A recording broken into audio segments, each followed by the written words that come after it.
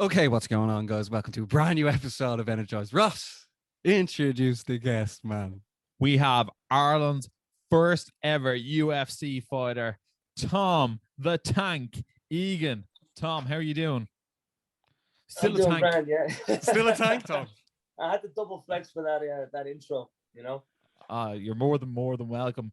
Tom, how are things? How is life over in Boston? A lot better than what's going on in Ireland, that's for sure. I mean, and I don't mean to rub that in any way, but things are picking up over here now again. They just March 1st they opened the restaurants 100% capacity, still with the social distance stuff going on, and but you can just there's that feeling in the air now. People are just kind of, the vaccines are rolling out, and people are trying to get back to normality. It's a beautiful day the last 2 days here. People are out and about, just kind of getting on with life, which is nice.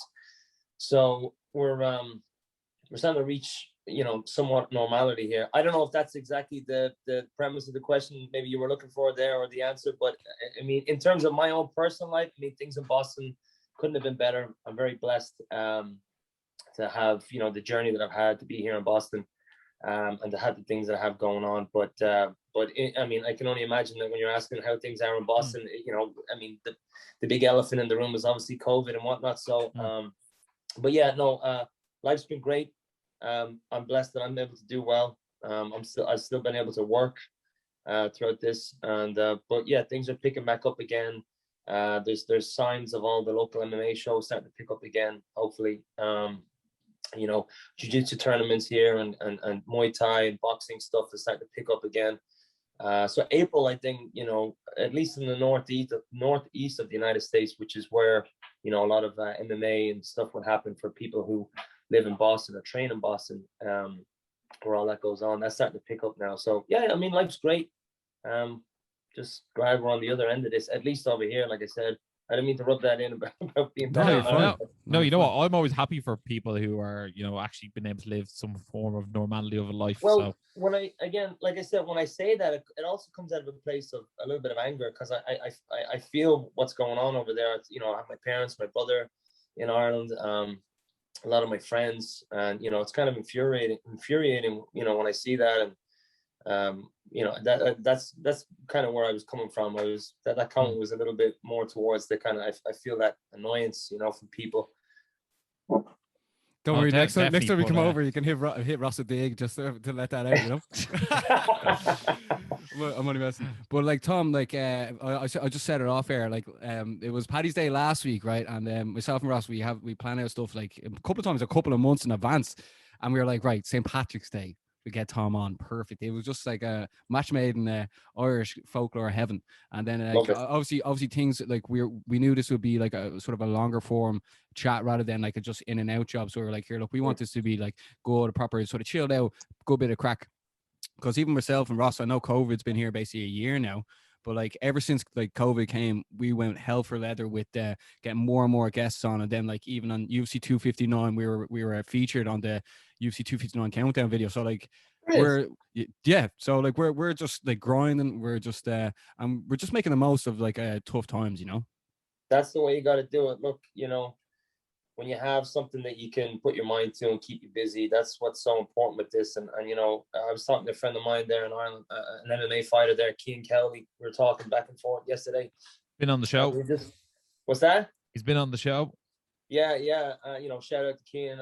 And we were just going back and forth yesterday, and just, we were just kind of saying how thankful we are to have the outlets that we have, and the outlets of martial arts giving us that mentality, that kind of like, never give up mentality, just to kind of hang in there, versus a lot of people don't have it. And it's very apparent now, and I see it through social media and talking to my friends and whatnot in Ireland on the ground there. And, people are suffering mentally and emotionally. And, I feel for people in Ireland. It's tough. But going back on what you said there, Barry, wasn't it about having something that you can do, and the fact that you guys had this project to get people on, get going, and it's obviously grown. I've heard you are pretty big now, popular over there. So thanks. Anything it's all Ross mind, it's all Ross, man. It's not going to do anything to put your mind. Well, I mean, obviously the whole setup is popular, but anything to kind of put your mind to. But I feel for people who don't have any of those outlets and who are kind of, you know, suffering right now without the without normal life at their disposal, you know. Yeah, I think the hardest thing, Ross, has been like we used to be in Ross's couch every Monday, and then we used to train with each other like a lot as well. And now, like, anytime we see each other in real life, it's sort of weird. Yeah, what's called, it's weird because when we see each other in real life, it's like, oh, how are you getting on? But it feels like we talk nearly every day, and like, you know, we see each other virtually every Monday minimum. And then, you know, when you see each other in real life, it's almost strange to hang out because we're not like connecting through a device. Yeah. And I'm sure a lot of people feel that. Yeah, it's funny you say that. I have a few friends who, you know, I train with all the time, but like we don't hang out outside of that. And we might talk. I was joking about it the other day. A buddy of mine who I do jiu-jitsu with him, and I see him in the gym, but I never see him in the social settings. You know, I never see him at the bar, or we never go out or whatever. But like sometimes we might talk on the phone for like an hour. But then I've got friends who I would never ever spend that amount of time on the phone with, but then I go to the bar with them. It's weird how that works, you know. That's actually so true. It's made everyone sort of like reassess their lives. Like I remember I had to like sit down and reassess everything, and I was just like, what do I want to do with my life? And I was like, I just want to make long like content with my best mate and just have people on, interesting people on, just help grow everyone's sort of platforms. But like Tom, like obviously, like you're gonna probably get your own statue in Ireland, that, like for being like the first person to go into UFC. Like the amount of people that are now MMA fighters or practicing any form of mixed martial arts is unbelievable. Like myself and Ross are seeing this explosion come, and it's actually unfathomable. But like Tom, like you made your debut on July 28th, 2007, and then like you went on a 4-fight win streak, and then you were then on UFC Dublin, UFC 53, 93. Sorry, excuse me, UFC 93 has been headlined by Rich Franklin and Dan Henderson on January 17, 2009. Tom, like when you got that call, like what was that like? Because you were the first person to ever feel that call from Ireland. Yeah. Yeah, I mean, I can't even explain it. Like you said, yeah, no, you look a bit stuck. You're throwing the dates out there, and it is mad that, like, you know, I made like my pro debut on July 28th, was it 2007, and then, I mean, that's less than 2 years later, I'm fighting in the UFC. That's bizarre, you know. Oh, sorry, a little over 2 years later. Yeah, July 2007. No, less. No, less than 2 years. About 1.5 less than 2 years later, I'm on like UFC 93, and I'll never forget the press conference. It was also the first preliminary fight that was put on the press conference ever, which is really cool. So there's another little bit of history there that I managed to get. But I'm sitting at the press conference, and I'm looking over, and it's literally like Marcus Davis, Shogun, and then Dan Henderson, and Mark then on the Coleman. other side you've got Rich Franklin, Mark Coleman, Chris Lytle, and then fucking the legendary Dennis Seaver as well, Tom. You would cross paths again. Dennis Seaver was on the card, but not at the press conference. Oh yeah, okay, yeah, sorry. But I'm just talking about the big. Let him tell a story, Basman. We're getting a bit carried away here, Ross. It's not every day we have a legend. No, thanks for that. No, but yeah, I'm sitting at that press conference. I'm looking over, and I'm like, holy shit. Am I not swearing on this, man? Sorry. Yeah, you can say whatever you want. I'm like, holy shit, what the fuck's going on here? And I see my buddy Tommy Lakes, a good friend of mine who, you know, he was the one who started filming all my fights and stuff like that when I started fighting. And I'm looking over, and he's taking photos of me, and I'm just kind of like that. And then in my mind, and I still have that photo. And you just see all these guys sitting here. It was really bizarre. But what did I feel? I can't really explain it. It's actually a bizarre story how I found out that I was going to be fighting in UFC. How that went was, I was supposed to fight. Jesus Christ, I forget his name. He also fought in UFC from Donegal. Joe Duffy. Joe Duffy. So I was supposed to fight Joe Duffy I had fought in September of 2008. I won in this after the second round. I'm going blank on the names of these lads. Then Johnny Shields. Johnny Shields, a very respected guy. That was a good win for me at the time. So he was a vet at the time of around the country, wasn't he? He was a veteran at the time. He'd been there. He'd refereed. He'd done a bunch of stuff. But So I fought him September, won, and then I was supposed to fight October. I believe it was late October, early November 2008 against Joe Duffy. And it was a really bizarre, set of events. We showed up to the venue. Josie Murray was running the show at the time, who was known to be a little dodgy at the time, a little kind of, I don't know, funky or whatever I suppose you could call it. But we show up to the thing, and the weight was supposed to be at 170 or what's that in kilo? 77. Kilo. And the way we did it was the day before I weighed in SBG at 77 kilo, and Joe Duffy weighed in up where I believe the fight was in Newry or something like that. He weighed in there, and that was supposed to be the way it was going to go. And it was kind of like on the honor system, take a photo or video, the date, the time, whatever. All right, it's that way, cool.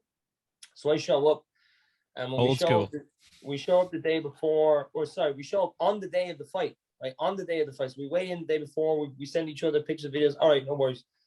Show up. And Joe Duffy was a very good fighter at the time as well. Obviously look at what he accomplished. So I show up to the event on the day, and they wanted to do like a weighing, like a weigh-in thing. So John's like, oh, they probably just want to do it for PR, get a picture of his face and all, so they can show it on the big screen, because we were the main event, me and Joe Duffy, of this event. So I get there and we walk in, and all of a sudden I'm stripping down. I'm on the scales, but on the day of the fight, so I'm 81 or I'm 82 kilos now versus 77 kilo. I'm 82 kilo, and Joe Duffy steps on the scales and he's like 80 or 81 kilo, and I'm standing there and I'm like, are we posing or like, and everything's kind of really weird. And then next thing I'm finding myself getting changed, and I'm still kind of standing there, like in my mind I'm psyched up, fucking ready to go, like I'm ready to go. And Josie Murray comes up to me and John Kavanagh and goes, Tom's a bit heavy, isn't he? And John Kavanagh's like, what do you mean? And he's like, oh geez, he's a bit heavy. Do you think he could lose a kilo? And John Kavanagh goes, it's fucking fight day. What are you talking about? And he goes, geez, he just seems to be a bit heavy. And I was looking over, and I'm looking over at Joe Duffy and his guys, and they're just kind of sitting there. And I'm kind of like, what the fuck's going on here? So I didn't call them over, but I was kind of looking over, and I'm like, is this like, what did you send him over? Like, what's going on right now? Because I guess Joe Duffy was Josie Murray's nephew or some shit like that. I don't know. So I'm like, what the fuck's going on here? So John Kavanagh's like, yeah, I don't know what the hell you're talking about. He goes, he could lose a kilo. And John Kavanagh's like, he's going to be fighting in a few hours. I'm not going to have my fighter lose a kilo. Number one, that's just not how it goes. And number two, that's like, that could be detrimental to his health, because when you dehydrate on the day and you fight, like blows to the head are all of a sudden have more effect on you, because a dehydrated brain can take gets damaged quicker and easier, and more long-term effects. So John Campbell was like, look, like, I don't know what you're trying to do here. We're here to fight. We weighed in. Your boy is like not even on weight. I don't even know what you're trying to get from us right now. So we're ready to fight. So we go back to the hotel, and I'm like starving. So we go to eat a little like a carvery lunch or whatever it is. The way they do in some old pubs and whatnot. Sitting there, and get me meat, potatoes, and veggies, and I'm like, right, fucking, I'm like shaking my head. I'm like, come on, we're going here. But like, when you start getting these like when you start getting these little interruptions when you're on game mode, game face, it starts to fuck with you a little bit. You're like, come on, you're still going, because you like when everything's going smooth, because then you got that normal like build up, climax, fight, and then boom. But when you're building up and you get these little, the fight might not happen, you're like this, and you got to keep your mind straight. I couldn't picture it, to be honest. We get back to the hotel and we're eating the dinner, and I'm like, what? We're all trying to be like, what the fuck's going on? All right, whatever. So John goes, we got there early as well, so it was around 1 or 2 p.m. and the show wasn't starting until like maybe 6 or 7. So John's like, look, you have a couple hours, go to your room, do what you got to do, nap, stretch, whatever you want. You're fighting, John said to me. He goes, you're fucking fighting, keep that in your head. I was like, yep, no bother.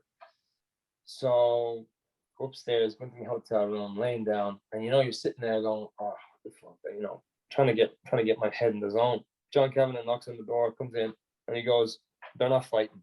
I was like, what? He goes, yeah, they're pulling out of the fight. he for whatever reason doesn't like that you're like 82 Your boxes kilos, were too heavy, which is unbelievable. You know, John Kavanagh was just like almost making a joke out of it. And then he goes, but you're fighting in UFC 93 in Dublin in January. And I was just like, what? And he just goes, yeah, we're doing it. And I just kind of grabbed him and suplexed him on the bed. And I was like, you're fucking joking me. So it was a kind of like a bittersweet moment. I wasn't going to get to go out there and fight. In hindsight, that fight would have been great for me. It would have really given me some, you know, even though, you know, I didn't fight and I didn't maybe get any potential injuries that could have led to me not even getting to go to the UFC 93. But in hindsight, that fight could have given me a little bit more, would have made me a little bit more battle hardened for UFC 93 itself. And given the fact that Joe was a very tough guy at the time. So, so that's how I found out about it. And then the fucked up thing is, right, so I go to the show, I'm not fighting. It's really weird. I'm going there now to support the other lads who would come up who are fighting. Forgive me, I forget the people who were on the card with me from SBG. And we go up there and I'm sitting in the crowd. And in the weigh-ins, oh, sorry, not the weigh-ins, the meeting out back, you know, there's always like a little meeting out back, the rules meeting and all that kind of stuff. Josie Murray comes out and goes, so the main event has been cancelled. Tom Egan didn't make weight. And so the main event's been cancelled. And I'm like, what the fuck? And John Kavanagh, you can just see fucking fumes coming out of his head. And he didn't say anything there. And then he just said, when John gets really mad, he just starts smiling and these fucking veins start coming out of his head. I think I've seen it once or twice, actually, now that you mentioned that. Like, John doesn't flip the table, like, you know, and go on a mad one. John just kind of sits there, smiles, and just his eyes start to protrude from his face and veins start coming out of his head. So John just goes, I'll be back in a minute. And I don't know what happened, but I guess he went off, and I guess he gave fucking Josie Murray a mouthful somewhere off in the back. So he comes back, and he goes, all right, a big smile on his head, the veins. And he goes, Tom, if you want, you can fuck off into the crowd and just chill out. And I was like, you know, thinking, right, I'm going to be a fucking UFC fighter, but this whole thing is a load of bollocks. So I go out, right, and the show's a disaster. It's an absolute disaster. The matchups are ridiculous. The refereeing was god-awful. One guy, it looked like he was going to die in there, and the ref wasn't stopping. It was just a brutal event. And then the co-main event comes along. I want to say Ash Daly was fighting on that card. I want to say Ashley Daly was fighting on the card as well. Co-main event comes on. I think maybe she got pushed up to main event. But before the main event or the co-main event comes on, I just remember Josie Murray getting in the middle of the ring, making this whole big lousy speech, and then saying, yeah, so the main event isn't on because my Joe didn't get to fight Tom Egan because he missed weight and all this. And I'm like, what, this fucking motherfucker? Who is this guy? And yeah, it was just really bizarre. And then so I tried to just kind of let it go, and then by the time I got home that week, I was like into training camp. And what was it like walking out in the O2 at the time, obviously it's 3 Arena now, to a home Dublin crowd, being the first ever Irish man to fight in the UFC? What was that like?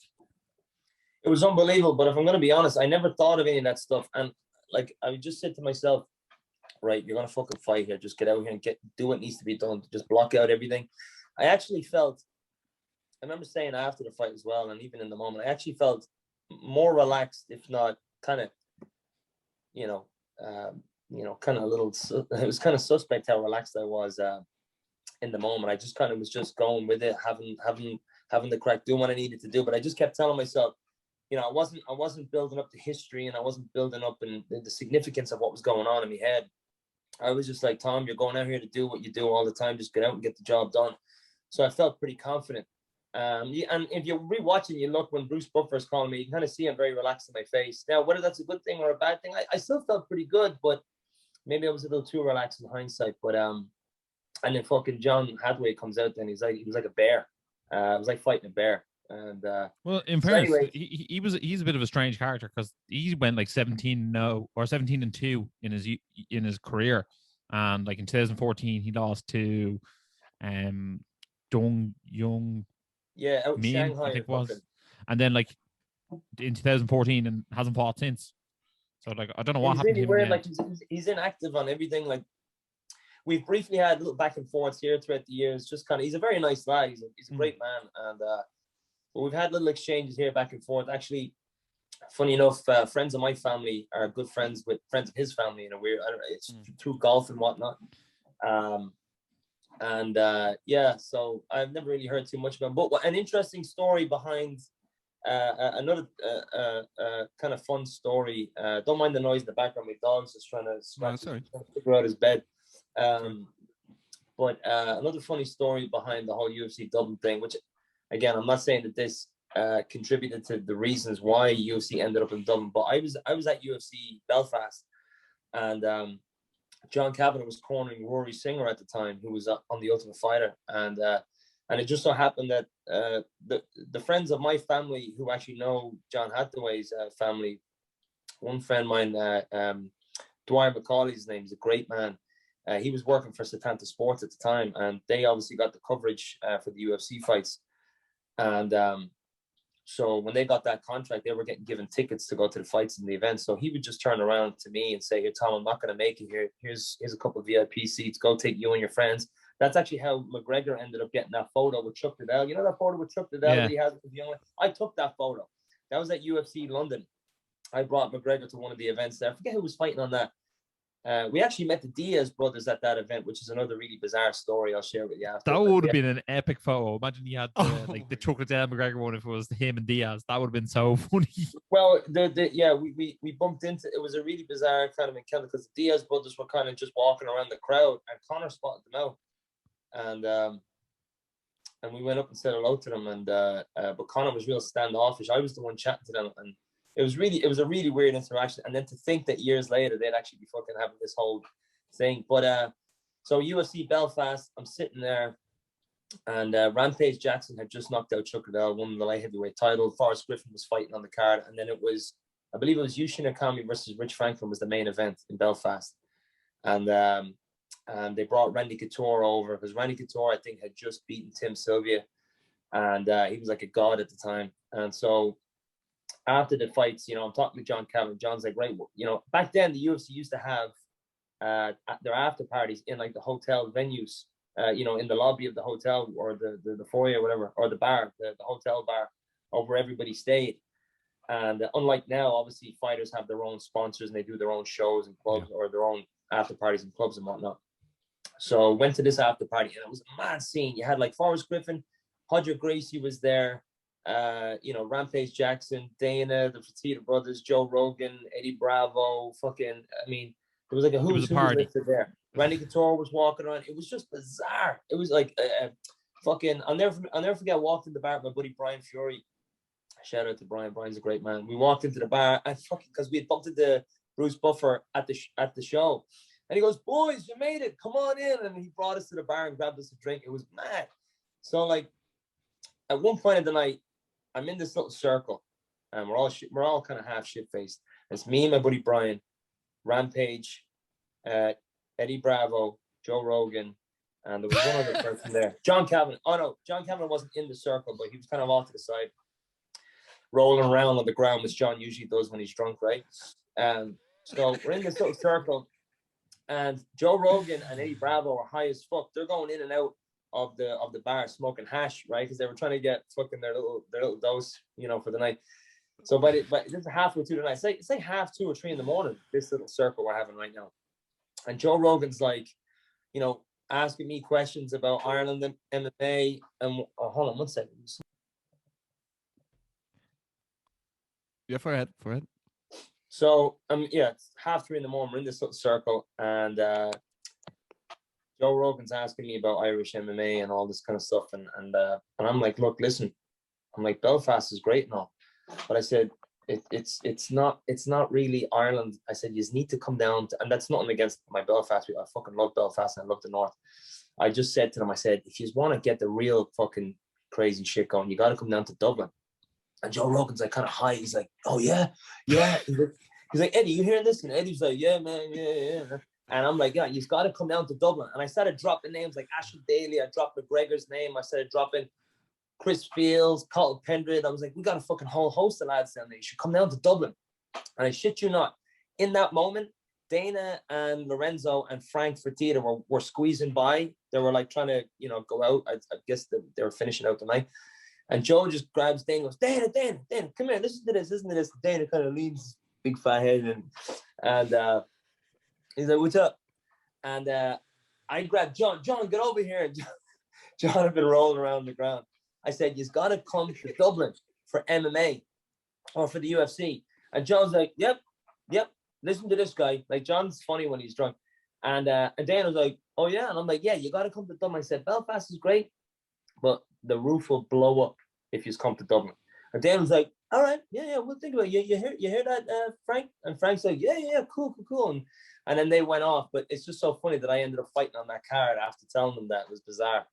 That is absolutely insane. I don't think I've heard a story like that, Ross. I think that's one of the best stories I've ever heard. So that's almost like that kind of whole concept of, what did McGregor used to say, fucking perceive, conceive, achieve, or whatever the fuck he said. The whole. No, was that not Rockhold? No, I think that was Luke Rockhold, was it? Well, Luke Rockhold said and then he goes, shut the fuck up. McGregor's thing as well. Yeah. Michael Bisping was making fun of him for it, but McGregor used to go on about that as well. But there's obviously truth to that. You project what you really want and you visualize it and you go for it. Because at the time, obviously, in my mind, I was like, I'm the fucking guy. That's what I was saying to myself the whole time. Every time I was fighting, every time I was in the gym, I was like, I'm the fucking guy. And sure enough, and you were the guy. I was the guy, and I got the opportunity to tell the bigwigs at the time, I basically said, come down to Dublin, and who knows, maybe if it resonated with them or not. Maybe somewhere there was like a universal pull saying, me just saying that could have had a little trickle. Who knows? But anyways, it's an interesting story that I ended up fighting on that card after having that conversation with Joe Rogan, fucking Rampage, fucking Kavanagh, the Fertittas. It was a mad L scene, to be honest. And Tom, obviously at UFC 93, obviously it didn't go your way, but didn't you have a 4-fight deal? What happened there? So, well, kind of much like what just happened recently when they cut Alistair Overeem and they cut Junior Dos Santos and they cut like a whole host of guys that we wouldn't have heard of. They cut my friend, another friend of mine who fights out of Boston here, and there was a whole host of fighters that had a losing record that they got cut that we all maybe wouldn't have heard of, that fought on the prelims or fought on the undercards or whatever. UFC does that over time. I've seen a trend of them doing that. They'll sign. If nothing pulls through, trying to get the next superstar, so to speak, or maybe, they catch somebody who they never would have heard of, like a McGregor or whoever. And then over time, they'll be like, all right, yeah, they'll cut and then they'll go on. And it usually always happens through certain transitions. I do know they're transitioning out of Reebok soon enough, and they're going to be going into the whole Venom thing. And they're probably doing a whole bunch of different things. At my time, they were cutting guys and they were absorbing some of the WEC guys that they had they had bought and they had taken over. And I believe they had bought Pride at the time as well, or Pride had eventually dissolved and they were buying in those guys. So, they were making cuts to make room for the roster and whatnot. So I noticed the trend with the UFC that they do that. So in my case, yes, I signed a 4-fight deal. But I just didn't make the cut when it came down to them saying, all right, who we keeping, who we getting rid of here? And, it is what it is. And does that mean you only got paid for the one fight, or did they pay anything extra? Yes. For so, well, the rest they pay you per fight, pretty much is the way they would do it. Yeah. They wouldn't give you it's not like, soccer or the NFL or basketball. You get paid, some money out front of your contract. Pay per play, basically. That's what you were on. If you don't show up to work, you don't get paid. That's the way they work. No, that's absolutely fair enough. And I suppose maybe we'll fast forward a couple of years. Obviously 2014, Conor McGregor came in and took the UFC by storm. And then you sort of linked back up with him for the Dennis Seaver fight, if I'm not mistaken, when he came to Boston. What was that like? Or, were you linking back up with him before that? Well, actually, the first time I linked back up with him was it Max Holloway? Was for Max Holloway. Yeah, I was in his corner for Max Holloway. But we had kind of been in contact through Facebook and stuff again. And then, with his rise throughout, what was it, Cage Warriors at the time.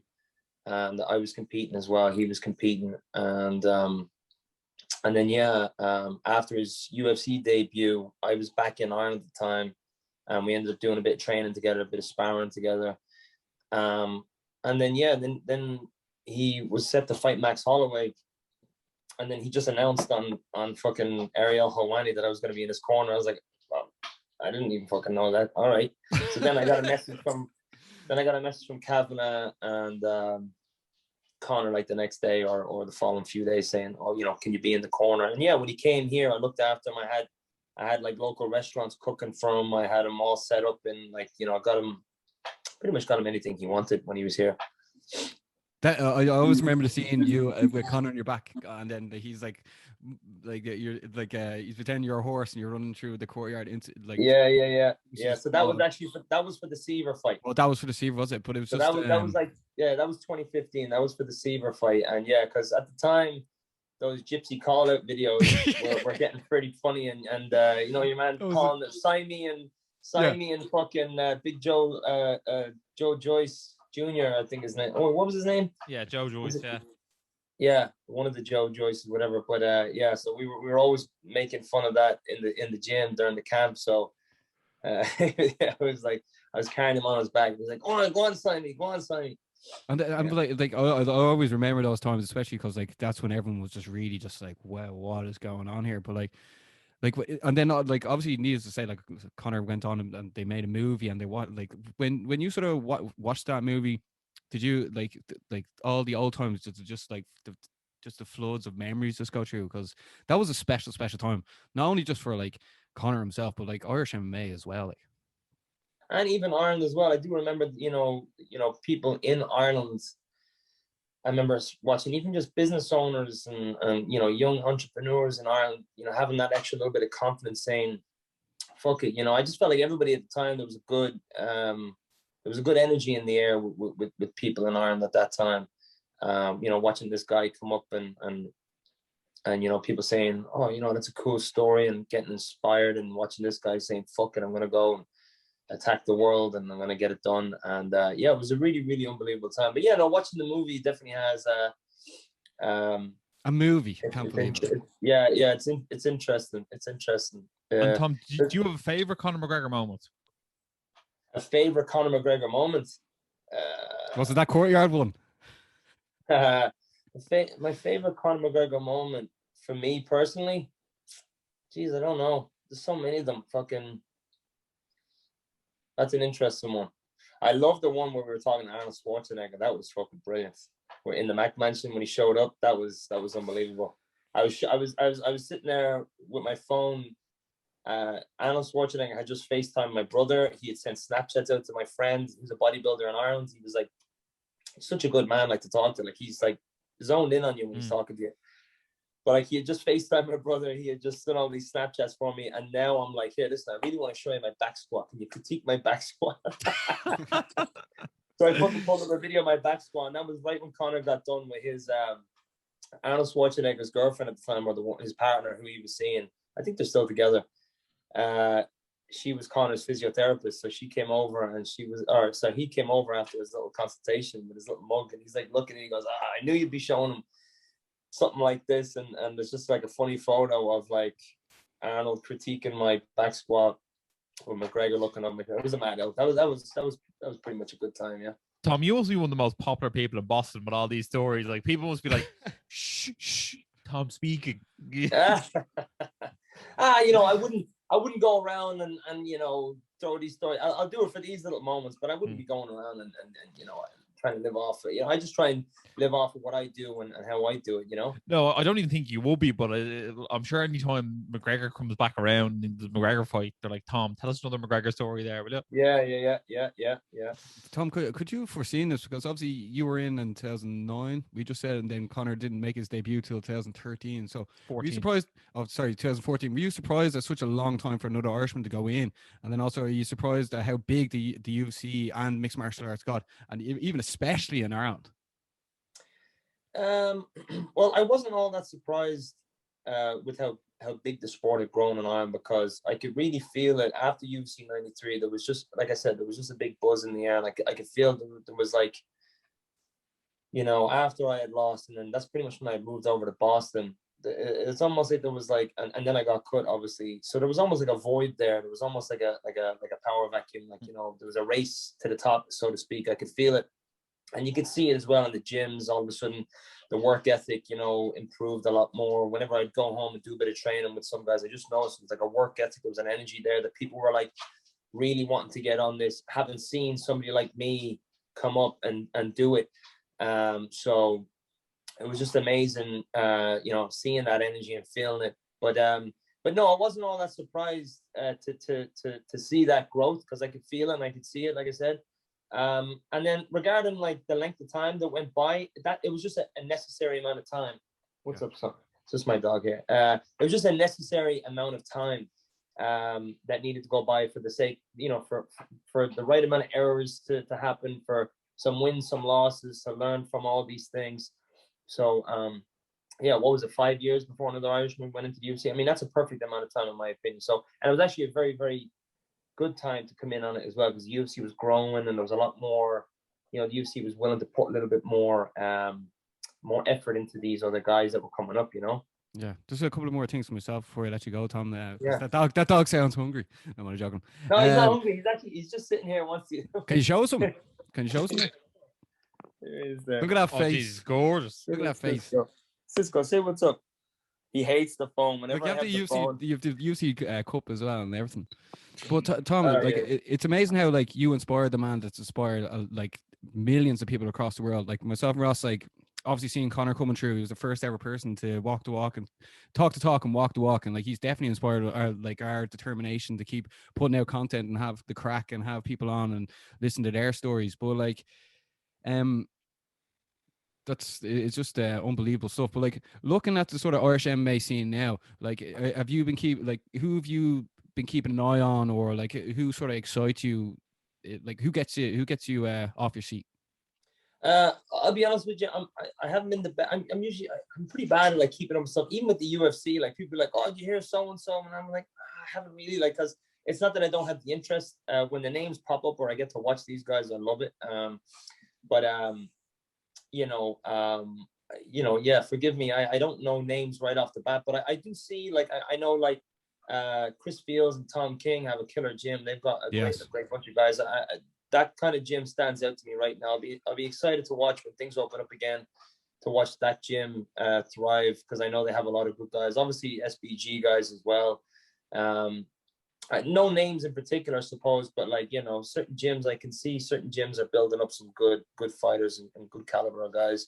Guys are getting more well-rounded, and I'm obviously always there telling these guys, like, because I'm friends with, obviously, Calvin is guys I'm friends with, you know, Fields and Kings guys. And I'm always like, look, you want to send boys out, get them away, send them out to Boston. You know, there's a slew of guys out here, good guys out here that we can get you going. I mean, there's a lot of Boston guys who made it to the UFC. Yeah, as well, Calvin Cater and Rob Font are out there at the moment, aren't they? Calvin Cater, Rob Font. You know, you have Mike Rodriguez, another good friend of mine. Charles Rosa. Charles Rosa is out here. I'm not too friendly with Charles Rosa, but we know each other. I know Rob Font and Calvin Cater very well. Yeah, so there's a whole bunch of different guys who've been out here. Randy Costa is another one. He's in there. He's great. He's down in Florida right now, but he always comes back and forth. But you know, Peter Barrett, you know, he just got cut, but he's another one who's up there as well. So there's a whole bunch of lads out here. So I'm always telling boys, look, if you need the help or you need to send anybody out, you know, we could do with the work. And, you know, I like to keep that good bridge going back and forth. They all know that they can come out here. Yeah. Ross, tell Tom about like what sort of, how the Irish landscape sort of was, what it felt like over here, and also who you think Tom should definitely look out for. Well, I think we're on the verge, on the cusp of the next wave. You know, Cage Warriors doing incredible things. The guys are doing incredible things with Bellator and Brave now as well. Obviously from Team KF, you have Ian Gary, who won a Cage Warriors the weekend. Paul Hughes is another one in the featherweight division. He's one to look out for. But then there's like a whole host of like Clan Wars and Cage Legacies and all the local fight shows that are really giving these guys a platform to compete and to really grow as a platform. And then obviously, you know, SBG and Bellator are so well linked with, you know, James Gallagher, Kiefer Crosby, etc. So it's going to be very interesting to see how this wave of talent comes on. Right. Yeah. I mean, I'm excited. I'm going to keep my eye on it as best I can. I mean, in terms of fighters in general, who I have my eye on now, did you see that kid? Was that Alex Hernandez? Anthony Hernandez. Sorry, he fought Fluffy. What's that? Is it Fluffy? Yeah, he fought that Brazilian, that beast. He choked out that jiu-jitsu guy. Dude, did you see that fight? Yeah. I was like, fucking unbelievable. That for me was one of the best fights I've seen in recent times. Like I was like, I was jumping around the room rooting for this underdog, and I was like, holy shit, this is unbelievable. He made him tap as well, which is like almost like unheard of. It was just amazing watching. That's the definition of a fighter. You're up against it. You're getting tossed around the ring. You don't give up. He was in horrendous positions. One of the toughest guys in the world, like a multiple world champion jiu-jitsu player. I think 17 times. I think it was. I was like, fucking hell. I was like, how can you do the world 17 times? Well, it was just amazing. Yeah, exactly. It was just amazing watching a guy break down this other guy who you know. So I guarantee probably had the mindset, because I know Anthony Hernandez took that fight like last minute because it was a replacement or something like that, and. I just know that your man. Forgive me, I forget that Brazilian guy's name. I think it's like Havalfo Vadero or something. I think it's one of those names. He probably came in saying, "I'm just going to crush this guy," and all of a sudden, when the kid's getting back up and he's not submitting and he's getting back in his face, oh my god, I was like, that was very inspirational now for me, I have to say. Yeah, Rodolfo. Well, I suppose that's a really Irish thing, isn't it? It's the underdog story, but yeah, I think that sort of is almost like the most Irish thing of all time to root for the underdog, and I feel like in a lot of things we are the underdog. So I think we all relate to that. Basmo, do you have any last questions for Tom? Yeah, Tom, like obviously following your stuff online as well, you're extremely funny and you like to put yourself out there. It's pretty good. You sort of remind me a bit of, right? Don't show the guy on Times Square, the guy with the long hair and the cowboy. You're like the Bostonian version of that with the hair and everything, and even the beard. The naked cowboy. Yeah, like I mean, you're extremely funny, and like people should definitely follow. We'll let you plug yourself in a sec now. I just wanted to say that like no, like it's like we do really appreciate coming on, and it was like we thought it was going to be ideal for Paddy's Day, but we wanted to give it a longer format. But like obviously when the world reopens a bit more, myself and Ross will be traveling a bit more around, and like Boston is one place I'd love to go. I think Ross, you've been there before, haven't you? Yeah, I have been. It's an absolute beautiful place. I even went to Salem as well. Where they did the witch trial, so it is definitely a cool spot, and we'd love to get there for a fight night as well. Yeah, and then Tom, we'd love to have you on in the build up to Conor's next fight as well. Oh yeah, absolutely. When is that next fight supposed to happen? I think it's minimum July now. I think they're looking at UFC 264 at the earliest now. Yeah. Hey, look, listen. Thanks a million for having me on, fellas. It's a real honor to get on with you, and I'll be around for that. No bother. And if you come to Boston, love to have you over at the gym, show you around, go on out on a night out, like Yeah, maybe you can critique our back squat. Yeah. And point drinking. What's that? And point drinking at the same time while doing the squat. Yeah. Oh man, we'll do some serious point drinking. But I recommend you get out here in the summertime if you ever get out, because it's unbelievable here in the summer. Yeah. No, I don't have that many winter clothes for the winter. Yeah, good, perfect. Yeah. Perfect. Well, like Tom, for people that want to check out your stuff now, like where do you want to send them? Yeah, I mean, I like Instagram, so at Team Egan MMA is what my Instagram is, and then my Twitter handle is at Team Egan MMA as well. Or you can add me on Facebook, Tom Egan. I'm always loving to connect with people. I like to respond to people, talk to them, chat to them, and get me on that. Yeah, I don't want to undersell it, Tom, but like I think you inspired the guy that inspired a generation, yeah, which is unbelievable. You've really done something special on this earth. But Tom, thanks a million for coming on the show. We really appreciate it. We will definitely have you on again, and I look forward to doing it, watching Ross doing the back squats with you. But Ross, anything else to say before we sign off, bud? No, guys, if you have enjoyed this podcast, make sure to like, share, subscribe, and as always, stay energized.